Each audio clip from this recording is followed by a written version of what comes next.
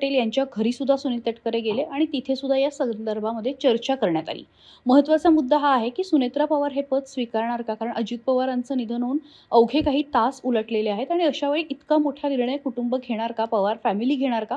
हा खरं तर प्रश्न होता. मात्र आता सुनेत्रा पवार यांच्याकडनं होकार आल्याची माहिती मिळतेय. त्यामुळे आता पुढचे काही राजकीय अंदाज जे आहेत ते सुद्धा समोर यायला सुरुवात झाली आहे.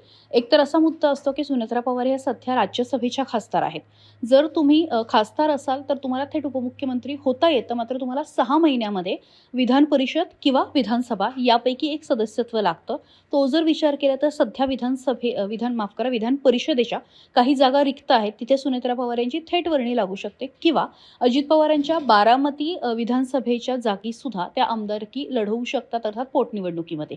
त्यामुळे आता हे दोनही पर्याय त्यांच्या समोर आहेत. या व्यतिरिक्त असं म्हटलं जातंय, असा एक मुद्दा मांडला जातोय की दुसरा त्यांच्या घरातले जे सदस्य आहेत, मग त्यामध्ये जय पवार असतील किंवा त्यांचे दुसरे पुत्र पार्थ पवार असतील, यांना राज्यसभेवरती घेतलं जाईल आणि एकूणच पक्षाची जी धुरा आहे आणि राजकारणामध्ये सुद्धा राष्ट्रवादीची जी धुरा आहे ती आता सुनेत्रा पवार यांच्याकडे येणार असल्याचं स्पष्ट झालंय.